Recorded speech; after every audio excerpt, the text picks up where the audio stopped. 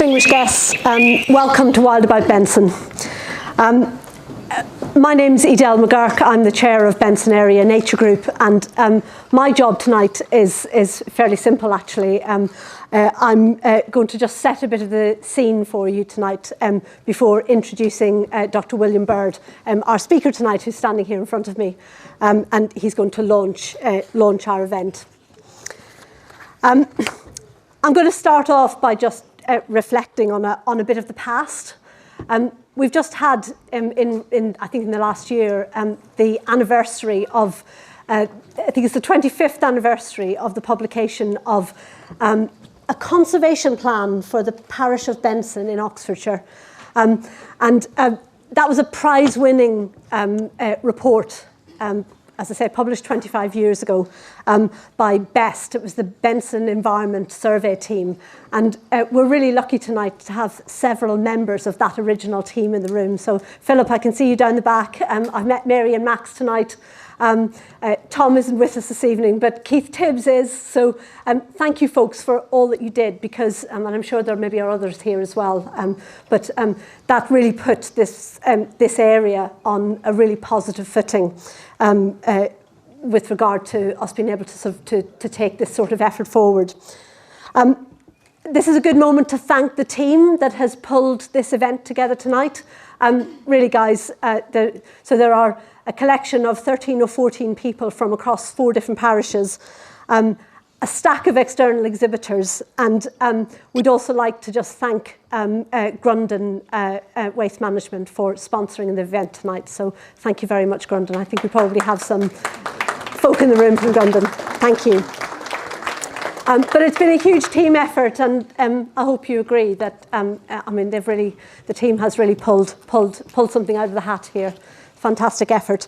So bringing us up to date, the Modern Nature Group is a bit bigger than it was before. I mean, I've just mentioned that core team of people. There's a wider membership, and we're working across 4 parishes now, and pooling our resources to have a bigger impact.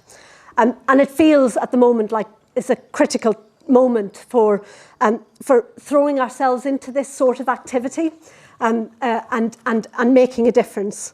And there are 3 reasons for that, really. I mean, nature's in decline, and some of that's quite frightening, but we do see enormous scope to do something about it through activities like this. The second reason is that the government and local authorities are really throwing themselves into developing nature recovery plans at the moment. And for the first time ever, those are going to have a statutory basis. They have a legal footing. They're also different in that they're designed to be really inclusive. So they're including all sorts of stakeholders, landowners, and across the country. There's going to be one for each county. And there's a huge opportunity for groups like this and communities to be involved in shaping those and actually delivering them as well.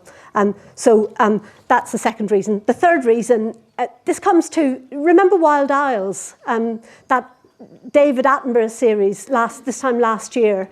I mean, that seemed to spark so much interest, and really sort of, it seemed on the back of that it sort of provoked a sort of a desire amongst lots of people to do something. And actually, it was that series that was the origin of this event. And Emma, I'm not sure where you are. I can see you down the back. Emma's, when we were hunting around for a name to call this event, Emma suggested a sort of like a subtitle that was going to be, Our Wild Isles Local. Yeah, there you go. But I think that we're just tapping in at the moment to sort of like just a lot of interest in wanting to do something to make a difference. So this event is, it's a celebration of local nature, the fabulous local nature that we've got around here. It's about inspiring people to make space for nature, and it's about engaging communities, engaging people who might not have really thought that they could contribute anything, because actually, whether you're managing 5,000 hectares or you've got a postage stamp garden, or you simply want to help out in some of the local green spaces, there is something that everybody can do. And really what we're about is connecting people to, and children as well, to what they see on the TV in the Amazon and the Arctic to what's happening on their doorstep. And we think that that can be a really powerful thing. So my final job tonight is to introduce Dr. William Bird. William, would you like to come up and join me? William is a practicing GP.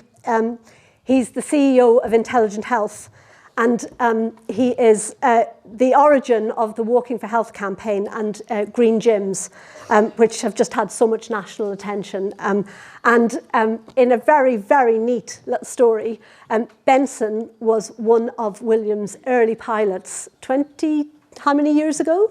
1995. For the Walking for Health campaign. So yes, we had it early in Benson and in this wider area, and I think William is now going to take the microphone from me, and he's going to say a little bit more about why this kind of endeavour matters. So it's a real pleasure, and I think a massive congratulations. So we'll talk about a little bit more about how important this is and how unique this is, I think, in all the work I've been doing. So as a GP, I've been trying to connect that work of nature and health. And that's what I'm going to talk about. I'm going to go a bit scientific. So I know you may have had a bit of wine, it's late in the evening, but I'm going to talk a little bit about some of the neuroscience as well, because I think it's really important for us to know why this is important, particularly for the new children coming through.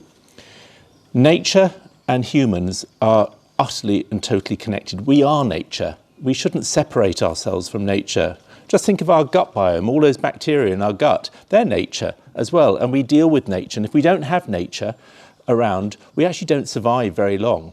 So we know from parents or mothers who are about to give birth, if you're pregnant and you're in nature, you're far less likely to have a preterm birth or premature birth. You're more likely to have a healthy weight of a baby. You're more likely to have a healthy pregnancy. Research all around the world has shown that right at the beginning of your life, nature is important. And all the way through, it reduces heart disease. And this is not just about physical activity. Mental health, it increases and improves hugely. And as we go through to people who are older, they say they don't feel so lonely if they live in nature. So it's almost that nature has a caring attitude, a caring wraparound of older people who feel more content if they're connected to nature than if they don't. So we can see there, for health, how important. So let me just tell you some of the facts that have just come out really recently. There are little parts of the brain that do different things. One of them is called the amygdala. And the amygdala is a bit that's fearful. It's always trying to protect you. It makes you anxious and worried on purpose. A 60-minute walk in nature decreases the activity of that amygdala. Just 60 minutes. When they do a brain scan, it's smaller than it was at the beginning. But in urban walking, it's increased in size, just in 60 minutes. The hippocampus, another bit that helps us with stress, that gets actually larger if you're active, and particularly for children, and it deals with stress better. The bit of the brain that does negative rumination, i.e. feels those negative thoughts that go round and round in our mind, they fade after 1 hour of walk in nature. Now you think of children being brought up in an urban environment every single day, hour after hour after hour, their brains change. We know that they are geared to be stressful and have mental health problems, whereas children brought up with nature around them will have far less ADHD, far less depression, far less anxiety. That's a science. That's a science that's coming through and shows how important that nature is.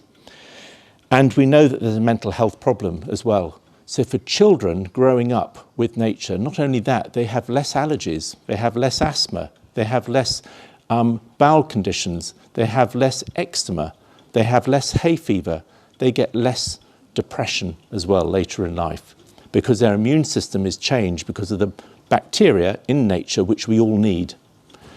So we try and keep children indoors to be safe, but actually we're doing exactly the opposite. We're making them less safe. But when they're outside in nature, they have a relationship that will stay with them for the rest of their life. Now, I just find this extraordinary. And I think that what you may find when you go to the GP now, it's not just drugs now. And I hope the experience you get in general practice is that there is much more about, yes, you must be more active, go outside, take a walk, be near nature. And we've got green social prescribing, it's national now, that the government is funding in order to get people who've got mental health problems to go into nature. But it won't do it itself. And what you've got here is the missing ingredient that so often is needed, and that's community. The community and nature have to go together. Nature will get trodden down and get forgotten if we don't have a community that really cares about the nature, has a relationship with nature. And just seeing around here all the energy that's going into it, and I think this is just extraordinary. This is a community takeover. This is actually a revolution that's taking place, a quiet revolution, say so. But it is a revolution because as public funding gets less and less, community is going to have to take over and make the place better to live in for their next generation and a generation after that. And the great thing is, by getting nature, you're leaving it for the next generation who can make it better for the next generation after that. And that's so important. And it's not just the fact that we have to say this is nature and therefore no more houses, no more intensive farming, no more industry, no more of this. Of course not. They all coexist. We know that actually nature outside offices or even inside offices of plants, people's focus, concentration and their restoration is so much better. And farming, we know, can coexist with nature and still be productive. And we also know that actually housing and nature, if the housing is a custodian of the nature, then nature will have a way of it going up and being looked after. So it's not just about push everything else away. We can work and live with nature all the time. And of course, the air quality as well, which we talk about. As you know, nature cleans air, particularly trees. But what's really struck me today is the intensity of these, I think they just called it the little safaris you go on. What was the term about the safari? But basically, you look at your patch of grass, go outside into a bit of nature, and all the insects, all the biodiversity, all the life, all the variety, and you put a child into that little world, and they will be totally and utterly fascinated by the little bugs.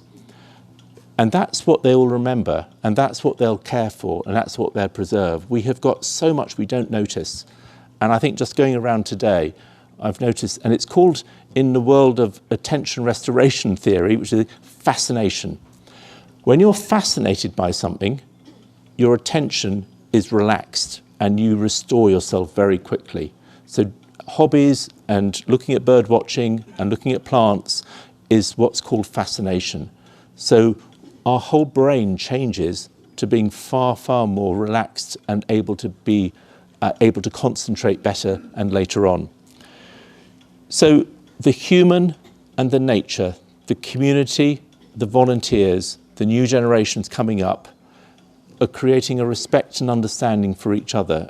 And this is what I have seen here, which I don't think I've seen anywhere else. And I do go around the country a lot with the work we're doing.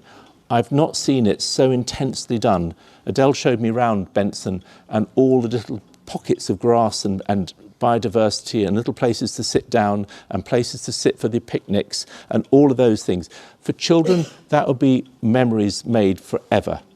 And that will be the future, I think, of all communities, that we've got to have that relationship. If we don't, the consequences are a disaster.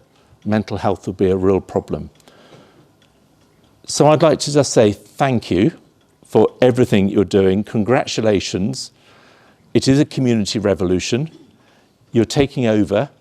You're actually setting a blueprint for what every community could do in the whole country, where humans and nature finally get back in harmony together. And if we don't do that, as I said, I'd be really fearful about how the world will look. So this is just a small part of a massive change, and it started in Benson. And all the other places I mustn't be careful about Benson. So those of you who are living in, how many are from Ulm here? Yay, there we go. How many from Berwick and Roke? Yes. How many from Marlborough and Shillingford? Yeah, okay. So I'm just going to say it's open. Well done.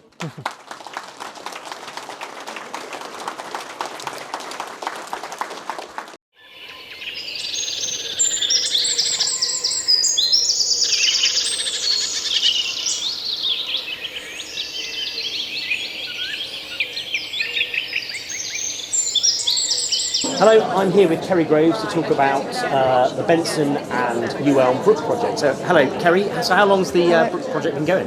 So I think we first started talking about this around 4 years ago, and it was initiated really by Benson Nature Group. They'd already been speaking to the 2 parish councils, and then they came to us to ask for some advice to pull together a restoration plan for the whole brook. And go on, tell us a little bit about what you've actually been doing.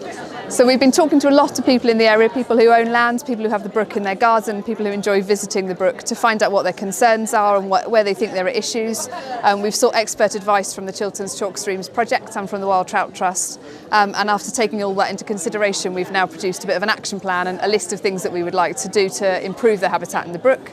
We've also piloted a few projects, so we've produced a leaflet for homeowners, so that people who live here have got some advice about how they can manage the brook in their garden so it's the best it can be for wildlife. And we've also run a couple of small restoration projects where we've re-wiggled the river and we've improved the habitat. Great. And how many people have you got involved in the project?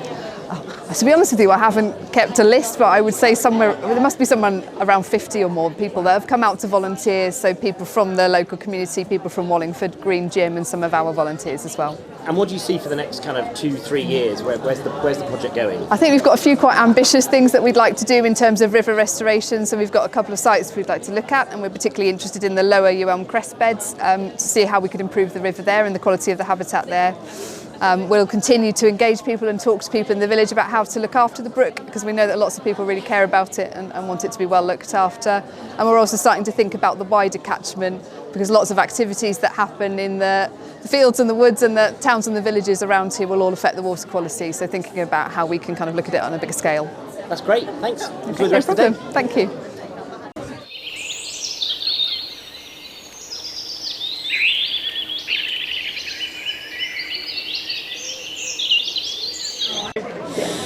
So I'm here with Edel, and we're looking at the Green Spaces stand. So Edel, tell us a bit about the Green Spaces project. So this is all about getting the best out of the green spaces that we've got in our villages, getting the best out of them for people so that they enjoy them and make use of them and get just some of the benefits, the amazing health benefits out of being outdoors. But we also want these green spaces to be of benefit to nature. So we're looking at how we can make them great places, particularly for pollinators, and make them just have lots of shelter and foraging opportunities for insects in particular, because if you get more insects, you get more birds, you get more everything. Hello, I'm here with Philip Murray to talk about the Farmlands and Wetlands Birds project. So Philip, tell us a bit about it. Okay, it's a citizen science project run by the 4 parishes to understand the bird life that we have in this part of the world. It started as a result of the success of a previous sort of prototype exercise we did as part of the neighbourhood plan, which demonstrated that if you get a community movement, a set of volunteers from the community who can deliver some good information about wildlife in an area, that this can be used for important political ends to ensure that important places get protected. And we are doing this now as a full-scale exercise. We have about 16 volunteers. I reckon there'll be lots more based on the interest shown here so far. And these guys walk a route that I've defined across one of the 4 parishes. There are 11 of them, and essentially we record every month. And this will build up into a good database of information. And I'm still not looking at the right part of the camera, so I carry on. So we should absolutely have a fantastic evidence base for knowing what we need to do to our habitats to improve them and increasing the amount of biodiversity we've got in our neighbourhood. And importantly, there are lots of farmers here, and they're a key engagement partner that we're looking for to help them do the things that need to be done on their land to ensure that they continue to farm viably but well for biodiversity.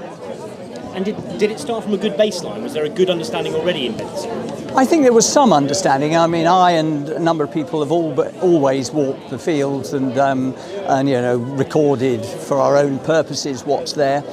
This has now become much more formalised, and we report it up in a bird track, which is a technology produced by the BTO, and this means that we get a solid database of evidence as opposed to anecdotal evidence that we had before.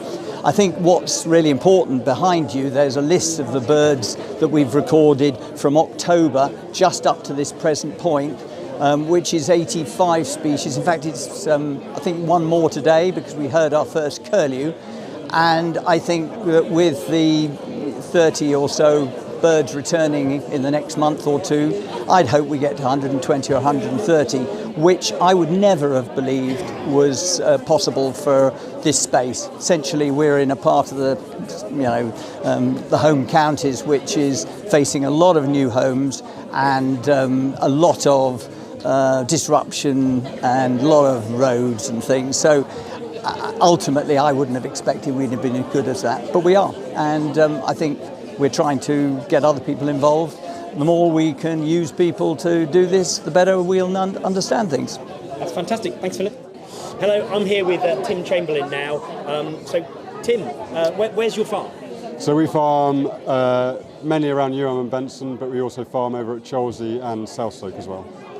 And go on, tell us, what's the link between your farm and events like this and the environment? Okay, so we're a leaf demonstration farm, leaf being linking environment and farming. So all the decisions we make about farming and cropping and growing food has a basis on the environment as well. So let me just use a prop quickly. Don't know if you can get that, but all the decisions we make when we go to grow crops, we use this decision wheel to help us, and the environment and the impact on the environment is very important to what we do and how we achieve it. Great, thanks Tim. That's right.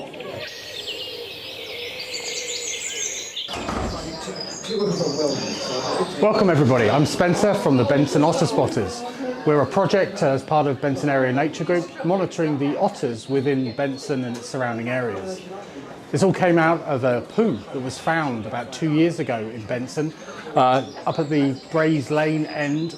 That poo led to us putting cameras all the way along the brook and allowed us to discover that we actually have otters coming through. These otters aren't resident and they don't have a holt within the area.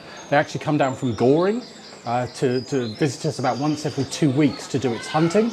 They'll hunt up the brook, they'll cross around Newelm across to Roke and come back down from Roke down the Elm Brook and come out near where the BP garage is at Benson.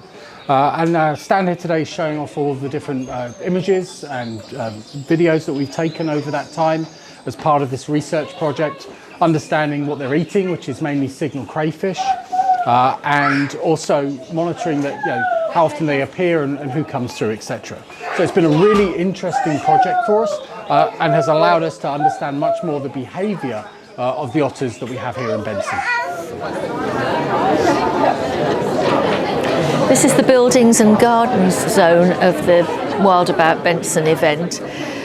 The idea here is that we can show people what they can do in small ways to help to encourage wildlife into their gardens, the sorts of things that they can do and the sorts of things that they can avoid doing. So we've got hints on how to help butterflies and moths, what sort of plants to plant to help them, how we can help bees and pollinators and the birds, and also some information on how to build a bug hotel, because the base of the food chain for the natural world is insect life. So the more you can encourage the insect life, the better it is for the butterflies and the birds. And also it's nice to have lovely flowers and see the beautiful butterflies and moths in your garden. So we've got here some helpful hints and tips for people, some things that they need to consider if they've got an allotment, the sorts of things to do and not to do, tips on helping hedgehogs, for example. And on the other side of the stand, we've got some information about how to help hedgehogs by building, by putting a small hole in the bottom of fences to enable them to have a connected habitat between gardens. And also information on swift bricks, which builders can put into homes or people can put into homes themselves in order to encourage them to make a nest in their buildings. Because one of the problems with swifts is that they don't make a mess, unlike a lot of other birds, and as a result people don't realise that they have swifts in their roofs. So when the swifts return from their migration, sometimes people have repaired their roofs during the winter and the swifts have nowhere to go, and as a result they lose habitat and their numbers are declining, as they are with so much of our wildlife. So here people can learn what to do and make a promise at one of our tables further on as to the sorts of good deeds they want to carry out in order to help wildlife in their own backyard.